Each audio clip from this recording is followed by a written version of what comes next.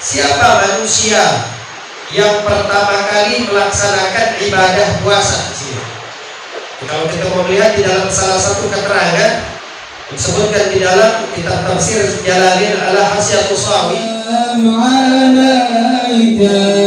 ya Rasul salam alaika, ya Habib salam alaika, salawatullah alaika, salam alaika, ya Rasul salam alaika, ya Habib salam alaika, salawatullah alaika, Allahul Musyabbah sahib al-Badrin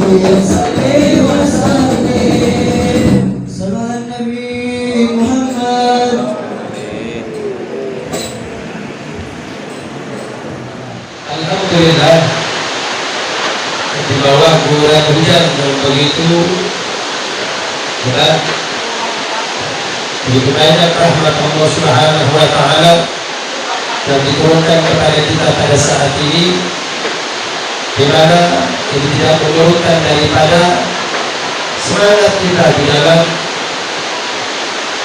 menjalankan, menunaikan apa yang menjadi perintah Allah Subhanahu wa Ta'ala, apa yang menjadi sunnah dari Nabi besar kita Muhammad sallallahu alaihi wa alihi wasallam.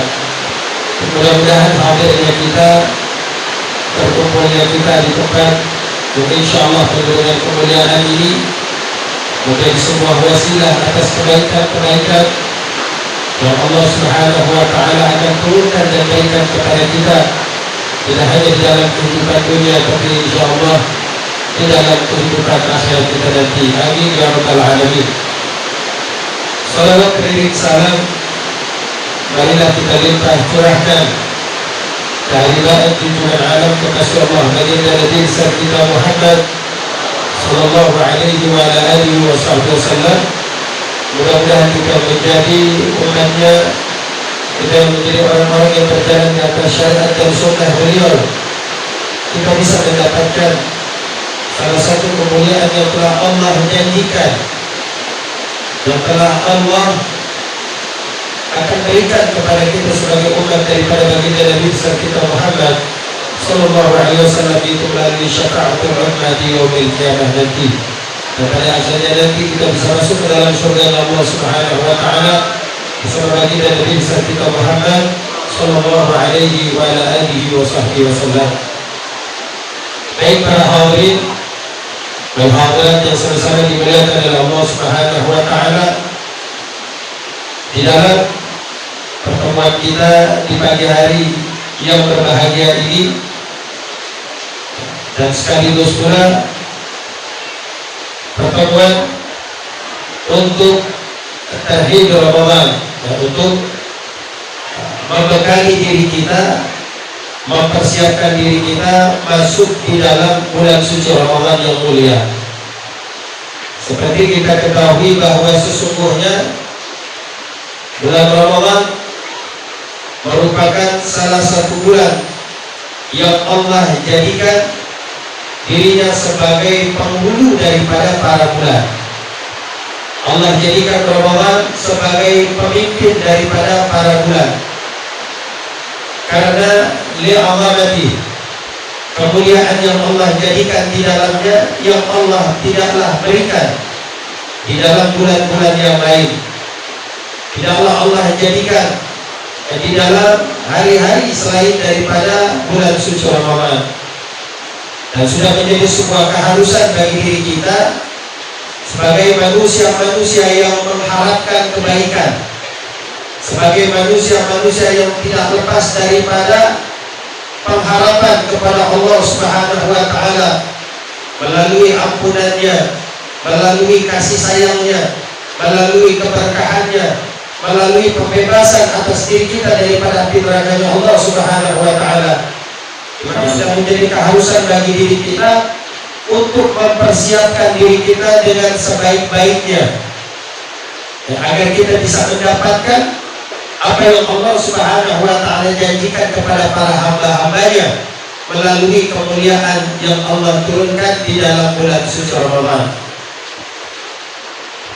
Bulan suci Ramadan merupakan salah satu kewajiban dan perintah yang Allah Subhanahu wa taala perintahkan kepada kita. Jadi kalau kita mau melihat yang namanya ibadah puasa ini merupakan salah satu ibadah yang dikatakan sebagai syariatul qadimah, sebagai salah satu ibadah yang tertua di antara beberapa ibadah yang Allah jadikan ibadah tersebut sebagai ibadah-ibadah yang tertua. Jadi di antara ibadah yang tertua, yang dimana ibadah ini tidak hanya dilakukan oleh Nabi kita Muhammad SAW, tapi ini telah dilakukan oleh para nabi-nabi sebelum Nabi Muhammad. Dan ibadah ini telah dilakukan oleh para rasul sebelum Nabi Muhammad, dan telah dilakukan oleh umat-umat terdahulu sebelum kita umat Nabi Muhammad melakukannya. Jadi kalau kita mau melihat siapa manusia yang pertama kali melaksanakan ibadah puasa, kalau kita mau melihat di dalam salah satu keterangan disebutkan di dalam kitab tafsir Jalalain Al-Hasyatus Sawi, di mana disebutkan bahwa manusia yang pertama kali melaksanakan ibadah puasa itu adalah Nabi Allah Adam alaihi salam. Nabi Allah Adam alaihi salam, ketika Allah turunkan beliau dari dalam surga, dan yang menjadi sebab daripada dikeluarkannya Nabi Allah Adam dari dalam surga, kita ketahui bahwa Nabi Allah Adam melakukan salah satu bentuk larangan yang Allah Subhanahu wa taala larang terhadap dirinya dan juga kepada istri beliau, yaitu Sayyidatina Hawa. Nah, pada saat ketika Nabi Allah Adam diturunkan oleh Allah Subhanahu wa taala ke muka bumi, dan yang menjadi salah satu bentuk taubat dari Nabi Allah Adam alaihissalam, yang menjadi salah satu bentuk penyesalan yang ditunjukkan oleh Nabi Allah Adam alaihissalam adalah di mana beliau melaksanakan ibadah puasa selama 3 hari lamanya pada setiap bulannya. Nabi Allah Adam, beliau berpuasa selama 3 hari pada setiap bulan, yang dimulai dari tanggal 13, tanggal 14, dan tanggal 15, atau yang kita kenal juga dengan puasa Ayyamul Bid, itu puasa pertengahan bulan.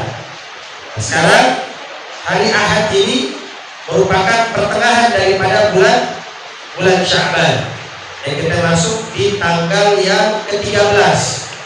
Sekarang hari Ahad tanggal 13, besok hari Senin tanggal 14, dan malamnya adalah malam nisfu Sya'ban, dan hari Selasanya adalah tanggal 15. Ya, alhamdulillah bagi mereka orang-orang yang Allah mudahkan untuk berpuasa pada hari ini, yang mudah-mudahan pada malam nisfu Sya'ban besok, ketika mereka dalam keadaan berpuasa, ketika mereka dalam keadaan beribadah dan melakukan ketaatan kepada Allah Subhanahu wa taala, di mana catatan amal umat manusia itu diangkat oleh para malaikat ke hadapan Allah Subhanahu wa taala, dan dilaporkan ke hadapan Allah Subhanahu wa taala. Dan ketika catatan amal kita dibawa kepada Allah, mudah-mudahan kita sedang dalam melakukan ketaatan kepadanya, dan kita sedang melakukan amal saleh dalam bentuk apapun, bisa dalam bentuk berpuasa di dalamnya, atau ketika kita melakukan sholat, kita membaca Al-Quran, kita berzikir dan lain sebagainya. Dari berbagai macam kedekatan yang kita lakukan semata-mata mengharapkan maghfirah dan keridhaan dari Allah Subhanahu wa taala. Ini adalah puasa yang pertama kali dilakukan oleh umat manusia. Baru kemudian ada puasa yang dilakukan oleh Nabi Allah Daud alaihissalam, di mana dikatakan bahwa Nabi Allah Daud alaihissalam itu beliau berpuasa selama setengah tahun. Di syariat yang Allah turunkan kepada Nabi Allah Daud dan umatnya adalah di mana mereka diperintahkan untuk berpuasa selama setengah tahun, selama 5 bulan atau 6 bulan.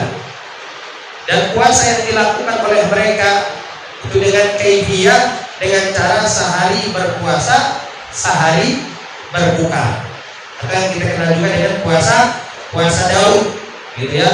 Yang kemudian kita adopsi kita masukin ke dalam syariat kita, di mana umat daripada Nabi Muhammad SAW bisa melakukan salah satu ibadah puasa sunnah dalam bentuk puasa seperti yang dilakukan oleh Nabi Allah Daud alaihissalam, itu dengan cara sehari berpuasa, sehari berbuka. Kemudian kaum Yahudi, Allah perintahkan kepada mereka untuk berpuasa. Puasa yang dilakukan oleh orang-orang Yahudi pada saat itu selama 40 hari. Kemudian orang-orang Nasrani juga berpuasa. Puasa yang dilakukan oleh mereka itu selama 50 hari. Jadi puasa yang paling singkat waktunya itu cuma puasa ini doang, ya. Bisa 29, bisa 30 hari, paling singkat. Udah paling singkat puasanya, pahalanya paling banyak, ya. Puasanya paling singkat, balasannya, pahalanya paling banyak. Kalau umat-umat terdahulu, para nabi dan rasul terdahulu, ketika mereka berpuasa 1 hari, yang mereka mendapatkan puasa balasannya 1 hari. Tapi kita umat Nabi Muhammad dari 1 hari berpuasa, ya, apabila kita melaksanakan ibadah puasa tersebut semata-mata ikhlas karena Allah, fisabilillah, di jalan Allah, karena Allah, untuk Allah, dari puasa yang kita lakukan, maka Allah Subhanahu wa taala seperti yang disampaikan oleh baginda Rasulullah SAW, Allah akan menjauhkan daripada wajah kita dari panasnya api neraka itu selama kurang lebih sekitar 70 tahun perjalanan. 70 tahun perjalanan. Jadi kalau kita menghitung 70 tahun, ya, umur umat manusia, umat Nabi Muhammad, ya, awalnya sekitar 70, 60 gitu. Kalau kita berpuasa dengan kesungguhan kita, keikhlasan yang kita tanamkan di dalam hati kita, maka Allah akan jauhkan wajah kita dari panasnya api neraka selama 70 tahun perjalanan. Ini pembeda sebenarnya, ya. Perbedaan antara balasan pahala yang Allah berikan atas sebuah ibadah yang dilakukan antara umat Nabi Muhammad SAW dan umat terdahulu. Kemudian bahwa puasa ini yang merupakan salah satu ibadah tertua. Jadi selain puasa, yang dikatakan sebagai ibadah tertua juga adalah sholat. Dan sholat termasuk ibadah yang tertua. Kemudian juga berkurban. Ya, berkurban termasuk salah satu ibadah yang tertua. Ya, kalau kita mau melihat siapa manusia yang pertama kali diperintahkan oleh Allah Subhanahu wa taala untuk berkurban,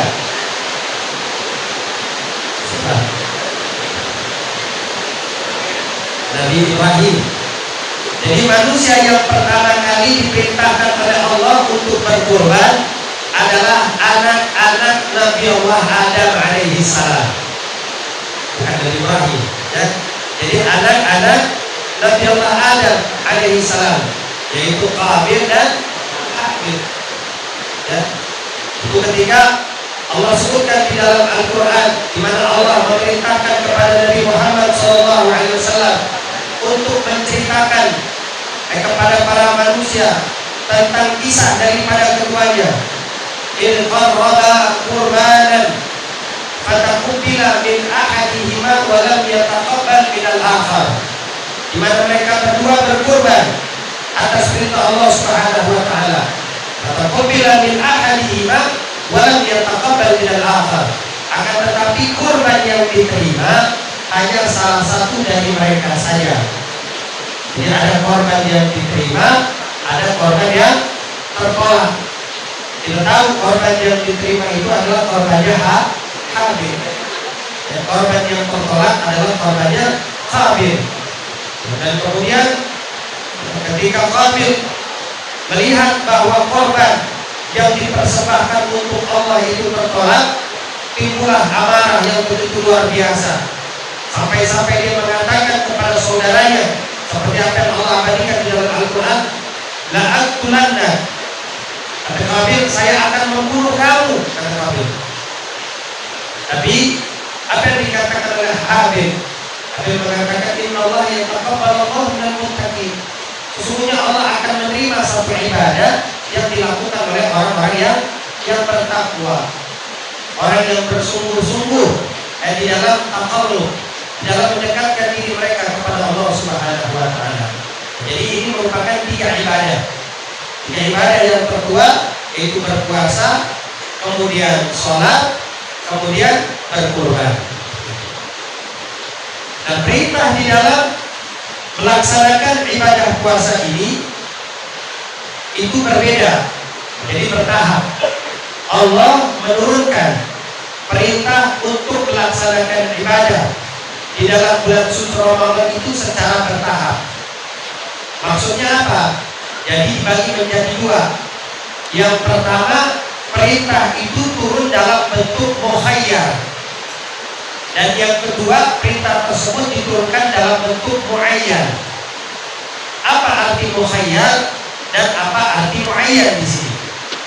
Yang disebut dengan mukhayyar, ketika Allah memerintahkan Nabi Muhammad dan juga para sahabat ketika itu untuk melaksanakan ibadah puasa di dalam bulan suci Ramadan, di mana Allah masih memberikan kepada mereka pilihan mukhayyar, pilihan antara boleh berpuasa dan tidak berpuasa.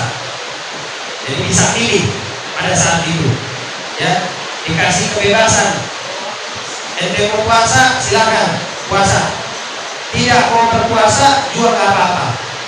Dan seperti apa Allah sebutkan di dalam Al-Quran, ayyaman ma'dudat, faman kana minkum maridan aw ala safarin fa'iddatun min ayyamin ukhra wa 'ala alladziina yutiqunahu fidyatun ta'amu miskin. Jadi kalau andai kata ente nggak mau berpuasa di dalam bulan suci Ramadan, nggak apa-apa nggak berpuasa, tetapi harus dikeluarkan dari kalian fidyahnya. Puasa nggak apa-apa, cuma harus dikeluarkan fidyahnya sehingga mereka terbebas untuk tidak melakukan ibadah puasa. Berselang beberapa tahun ketika Allah telah mengetahui bahwa Nabi Muhammad SAW dan para sahabat-sahabat ini sudah bisa dan mampu untuk melaksanakan ibadah puasa dengan sempurna tanpa harus memilih lagi antara berpuasa dan tidak, barulah kemudian Allah turunkan perintah di dalam melaksanakan ibadah puasa Ramadan dalam bentuk muayyan. Kalau muayyan berarti udah wajib, nggak ada tawar-menawar lagi udah. Ya, tidak ada tawar-menawar. Dan ini Allah perkuat lagi di dalam Al-Quran. Syahrul Ramadan alladzi unzila fihi al-Quran hudan lin-nasi wal bayyinati minal huda wal furqan. Faman syahida minkum syahra falyasum. Allah bilang begitu. Faman syahida minkum syahra falyasum. Jadi kalau andai kata kita mendapati bulan Ramadan, kita berada di dalamnya, falyasum, Allah memerintahkan kita untuk berpuasa. Yang dimana para mufassirin mereka menjelaskan tentang makna faman syahida minkum syahra falyasum ini, di mana kewajiban bagi mereka untuk berpuasa. Terkecuali, ya, ada pengecualian bagi mereka orang-orang yang tidak mampu untuk melaksanakan ibadah puasa. Man kana maridun aw ala safarin fa iddatun min ayyamin ukhra. Ya, jadi kalau orang yang sakit, orang yang sedang melakukan perjalanan, ya, maka mereka diperbolehkan untuk tidak berpuasa, akan tetapi mereka diwajibkan untuk menggantinya fi ayyamin ukhra, di hari-hari yang lain selain daripada bulan Ramadan. Ya, jadi Allah memberikan kemudahan. Ya, Allah memberikan kemudahan kepada kita. Allah tidak memberikan kesulitan kepada kita. Walaupun itu menjadi sebuah kewajiban. Inilah perintah yang Allah Subhanahu wa taala perintahkan kepada kita. Di dalam melaksanakan ibadah puasa di dalam bulan suci Ramadan. Sudah terdengar azan, kedengaran azan, siap-siap kita berbuka puasa. Kita baca doa. Doanya jangan lupa. Yang udah kedengaran azan kita baca doa dulu. Allahumma barik lana fima razaqtana warzuqna khairan minhu. Karena kita mau makan, jadi yang kita baca doa apa? Doa makan. Kalau buka puasa doa makannya dibaca nggak? Enggak. Ya, doa makannya dibaca? Enggak dibaca. Jadi kalau mau buka puasa doa makannya dibaca dulu, karena kita mau makan. Allahumma barik lana fima razaqtana warzuqna khairan minhu. Oh, kau bukan warzuqna wa qina adzabannar. Kita biasa bacanya kan? Allahumma barik lana fima razaqtana wa qina adzabannar. Biasanya gitu ya. Kalau wa qina adzabannar kita baca doa pakai ucapan sirah wa qina adzabannar. Kalau makanan yang kita makan itu panas, sayurnya panas, nasinya panas, ayam gorengnya panas, minum airnya air panas, semuanya serba panas, baru baca doanya wa qina adzabannar. Nah itu kan api, sifatnya api apa? Panas. Kalau makanannya dingin, adem gitu ya, maka bacanya bukan wa qina adzabannar, warzuqna khairan minhu. Semoga Allah memberikan yang lebih baik daripada apa yang kita makan dan minum pada saat itu. Tuh. Kalau kita kagak, kita pukul rata semuanya. Iya, mau panas, mau dingin, mau adem, semuanya wa qina adzabannar. Ya, kagak begitu, ya. Jadi wa qina adzabannar itu hanya untuk makanan-makanan yang kita makan pada saat masih dalam keadaan panas. Kalau udah adem, dingin makanannya, baru kita bacanya warzuqna khairan minhu. Kalau di dalam makanan minuman kita ada susu, ya, ada susu nih, kita mau minum susu misalnya, ya, jadi doanya sama, Allahumma barik lana fima razaqtana wazid minhu. Kita minta ditambahkan lagi, ditambahkan daripada yang lebih baik, karena susu itu merupakan salah satu sifat daripada jenis minuman para penduduk ahli surga. Makanya ketika kita minum susu, kita minta sama Allah wazid minhu, ditambahkan. Begitu. Ya. Jadi kalau kita udah tahu nih, tinggal kita praktekin nanti. Ketika kita mau makan, kita lihat dulu. Oh sekarang makannya sop kambing sama sate nih misalnya, panas nih. Ya, baru kita baca wa qina adzabannar. Kita minum es buah. Apa? Kalau minum es buah khairan minhu. Kalau minum susu wajib minhu. Oh, ya, ingetin. Kalau nggak tahu tanya sama anaknya. Ya, tanya sama anaknya. Ya, nanti pada hafal. Nah, setelah kita baca doa tadi tuh, udah kedengaran azan, kita baca doa mau makan. Baru setelah itu, setelah kita baca doa makan, kita makan yang manis-manis. Sunnahnya adalah rutop. Kalau ada rutop, kalau nggak ada rutop, korma. Kalau nggak ada korma, makanan yang manis. Ya pokoknya sesuatu yang manis. Kita makan dulu korma, misal satu. Habis kita makan korma satu, terus kita minum air putih. Setelah kita minum air putih, baru kita doa. Allahumma laka sumtu wa bika amantu wa ala rizqika aftartu dhahaba dhama wa talatul urud wa tabatul adu insyaallah. Ya azim ya azim ya azim anta ilahul azim ighfir dzambal azim fa innahu la yaghfiru dzambal 'adzim illa al-'adzim. Terus kita baca doa yang banyak. Itu waktu yang mustajabah, bukan waktu kita berebut makanan, bukan. Waktu yang mustajabah buat kita berdoa. Makanya kan dikatakan farhatan lil sha'im, dua kegembiraan yang Allah kasih buat kita tuh. Farhatun 'inda al-iftar, kegembiraan ketika kita berbuka puasa. Kegembiraan ini bukan karena makanan. Ya, kegembiraan ini bukan karena minuman. Kegembiraannya lebih kepada karena doa-doa kita diijabah oleh Allah Subhanahu wa taala. Makanya ketika kita berbuka, fokus dengan doa kita. Kita doa apa aja yang kita bisa. Dengan bahasa kita, bahasa Indonesia. Kita minta sama Allah, ya Allah, terimalah puasa saya. Ya Allah, terimalah bacaan Quran saya. Ya Allah, terimalah i'tikaf saya. Ya Allah, berkahilah kehidupan kami. Pandanglah diri kami, pandanglah anak-anak kami, pandanglah istri kami, pandanglah keluarga kami, ya Allah. Berikanlah keberkahan di dalam kehidupan rumah tangga kami, keberkahan di dalam umur kami, keberkahan di dalam rezeki kami, sehingga kami bisa beristiqomah di dalam melakukan ketaatan kepadamu. Kabulkanlah permohonan kami, ya Allah. Ya, kita sama. Jadi kita jangan repot ambil makanan dulu. Ya, kita jangan repot sama minuman dulu. Fokus dengan doa-doa. Makan, coba, minum, selesai doa baru kita lanjutin. Oh, ya, kan enak kalau begitu. Kadang-kadang juga Allah Bismillahirrahmanirrahim, mau. Ya, udah kalap melihat lontong. Ya, udah kalap melihat gorengan, lupa ambil doa. Ya, terjadi kayak begitu. Jadi Ramadan kali ini jangan, ya, usahakan Ramadan kali ini kita jaga etika kita, akhlak kita di dalam berpuasa. Ya, kita jaga apa yang menjadi sunnah yang telah diajarkan oleh Rasulullah SAW kepada kita ketika kita melakukan ibadah puasa di dalam bulan suci Ramadan. Insya Allah ini menjadi sebuah wasilah penyebab daripada diterimanya puasa Ramadan kita. Ya, dan malam harinya kita bisa melakukan berbagai macam bentuk ibadah.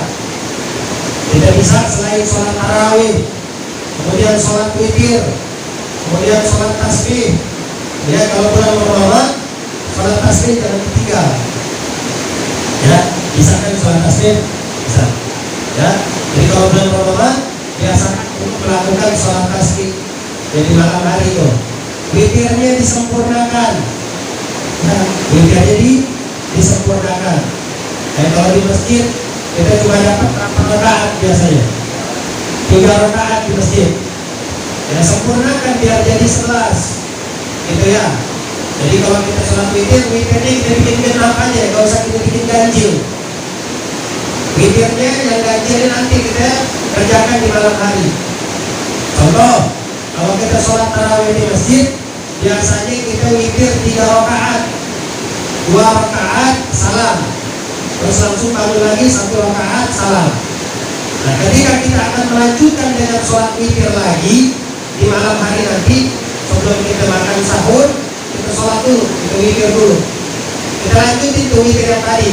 Yang tadi habis tarawih kita kerjain 2 saja, 2 aja. Jadi yang 1 rakaat ini nggak usah ikut. Ya, 2 rakaat saja kita kerjakan. Kita sambung lagi nanti witirnya di akhir malam waktu sahur. Jadi dianya usolli sunnatan minal witri, gitu ya. Jadi rangkaian daripada beberapa rakaat witir yang kita kerjakan di waktu yang terpisah.